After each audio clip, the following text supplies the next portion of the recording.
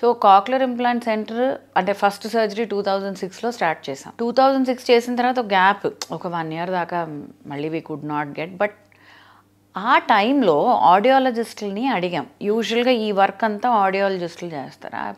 అప్పట్లో అడిగాను, ఎవరైనా చేస్తారా, ఇంట్రెస్ట్ ఉంటే ట్రైనింగ్కి పంపిస్తాను. Nobody were interested. ఎవ్వరికి కాక్లర్ ఇంప్లాంట్ వద్దు, మేము హియరింగ్ ఎయిడ్స్ చేసుకుంటాం, అదంతా మాకేం తెలుసండి, వద్దు.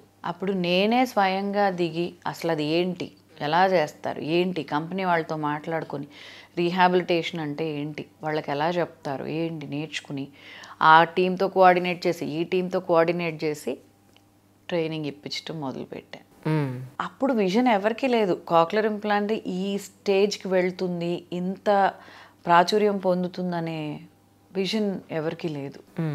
బట్ ఐ న్యూ బికాస్ ఇవి లైఫ్ గివింగ్ టెక్నాలజీ, రైట్?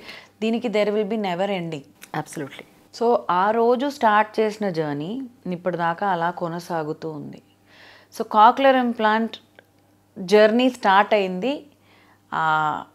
ఆ బాబు వల్ల.